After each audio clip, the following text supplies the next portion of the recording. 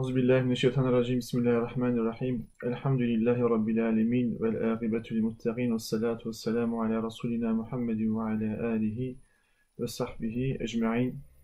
Chers frères, chères sœurs, Inch'Allah, aujourd'hui nous allons vous présenter une des personnalités les plus illustres et célèbres de la période ottomane, à savoir Aziz Mahmoud Hudayi, rahmatullahi alayh, qu'Allah sanctifie son secret. Néanmoins, c'est une personnalité qui est totalement méconnue du monde occidental et francophone.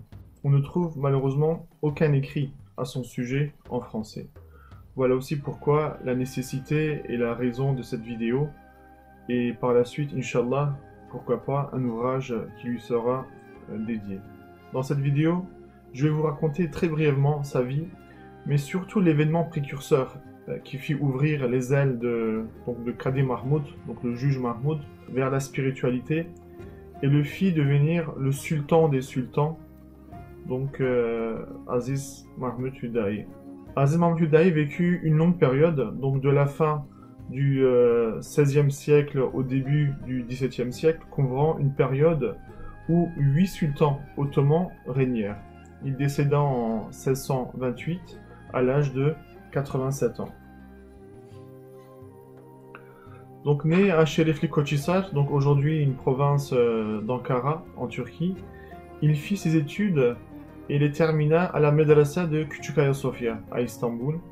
Dès sa jeunesse, il s'associa au cercle Halvetiya et notamment à celui de Nureddinzadeh et Nazirzadeh, donc deux personnalités, des figures importantes de leur époque. Mahmoud, très attaché à son maître Nazirzadeh, le suivit d'abord à Edirne, puis en Égypte et ensuite à Damas, où celui-ci exerçait la magistrature. En 1573, donc alors que Hudayi avait 32 ans, lorsqu'il rentra d'Égypte, Mahmoud, alors parfaitement accompli dans les sciences du droit et de la jurisprudence musulmane, fut nommé professeur à la Médrasa de Ferahadieh, à Bursa. Et en même temps, il était le juge, donc le cadi du tribunal de Jami Atik de la même ville. Donc pour en venir à l'événement et au déclic qui changea Mahmoud et lui fit ouvrir les ailes vers la spiritualité, les sommets de la spiritualité, les années où Mahmoud donc, était le juge de Bursa, un cas très étrange lui parvint. Donc une femme se présenta, elle vint se plaindre de son mari qui était soi-disant parti et revenu en quelques jours à la Mecque. Elle saisit le juge en lui disant « Votre honneur, chaque année mon mari prend l'intention d'accomplir le pèlerinage, mais en raison de notre pauvreté, il ne peut y parvenir. Cette année, il insista et décida coûte que coûte d'y partir, jusqu'à dire « Si cette année encore je ne peux me rendre à la Mecque, je divorcerai de toi. » Puis, à l'approche de la fête du sacrifice, donc Aïd el-Adha, il disparut. Et 5 ou 6 jours plus tard, il réapparut en prétendant qu'il était parti et revenu à la Mecque. Est-ce qu'une telle chose est possible, votre honneur? J'en ai assez, j'en ai marre. Maintenant, je veux divorcer de ce menteur, disait-elle. Donc, Qadi Mahmoud, qui l'avait écouté avec attention, décida d'appeler le mari à l'audience afin de vérifier les plaintes et les dires de sa femme. En réponse, l'homme répondit « Votre honneur, ce que ma femme dit est vrai, mais ce que je dis aussi est vrai. Sachez que je suis vraiment parti en pèlerinage à la Mecque. J'y ai même rencontré des pèlerins qui étaient partis de Bursa, et je leur ai même confié des cadeaux afin qu'ils me les apportent à Bursa à leur retour. » Qadi Mahmoud était très surpris et n'arrivait pas à donner de sens à tout cela. « Comment est-ce possible, monsieur, de partir et revenir à la Mecque en un si peu de temps ?» lui demanda Qadi Mahmoud. L'homme répondit « Votre honneur, comprenant que cette année aussi, je n'allais pouvoir aller à la Mecque, je me suis rendu chez Eskiji Mehmet Dede afin de trouver réconfort. Je lui ai expliqué mon souhait et ma tristesse. Alors, il m'a demandé de tenir sa main et de fermer les yeux. Quand j'ai rouvert mes yeux, j'étais devant la Kaaba, à la Mecque. Croyez-moi, c'est vrai, votre honneur. disait-il.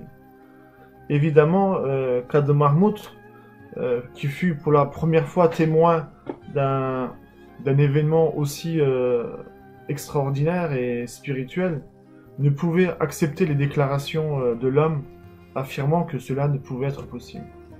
Donc là-dessus, le pauvre homme n'en pouvait plus. Étant toujours imprégné fraîchement de la spiritualité des dieux saints, il ne put s'empêcher de s'écrier d'un ton sincère, mais à la fois très significatif. Il disait « Votre honneur, si le diable, si Satan, qui est l'ennemi de Dieu, peut voyager en un laps de temps, d'un bout à l'autre dans le monde, pourquoi une personne qui est un wali, qui est un rapproché d'Allah, un ami de Dieu, un intime de Dieu, pourrait-il pas faire de même et se rendre en un laps de temps à la Kaaba ?» disait-il. Qadr Mahmoud trouva cette réponse parfaitement significative et décida de reporter son jugement à l'arrivée des pèlerins à Bursa. Donc lorsque ces derniers arrivèrent à Bursa, peut-être des semaines, des mois après, il les interpella et fit une enquête auprès d'eux et prit connaissance de la réalité des propos du vieil homme et fut contraint d'annuler le procès. Cependant, mes chers frères, une énigme, telle une braise ardente, tomba dans son cœur de Qadr Mahmoud. Comment une telle chose pouvait être possible? Il fallait qu'il franchisse les barrières du rationnel pour atteindre les profondeurs de la spiritualité. Ensuite, mes chers frères, pour faire court, donc Qadr Mahmoud se rendit auprès de Eskidji Mehmed Dede afin qu'il le prenne sous son enseignement. Mais ce dernier lui dit qu'il n'était pas apte à faire cela et qu'il devrait trouver sa voie spirituelle auprès de Muhyiddin Uftade. Donc à présent, disciple de Uftade, Qadr Mahmoud, donc, qui avait dû être contraint à arrêter la magistrature, s'adonna entièrement et avec sérieux à son éducation spirituelle. Celle-ci n'a guère été facile pour lui, car Qadr Mahmoud a été éprouvé très difficilement. En effet, il avait dû délaisser déjà tous ses statuts et ses privilèges de Qadr qu'il avait.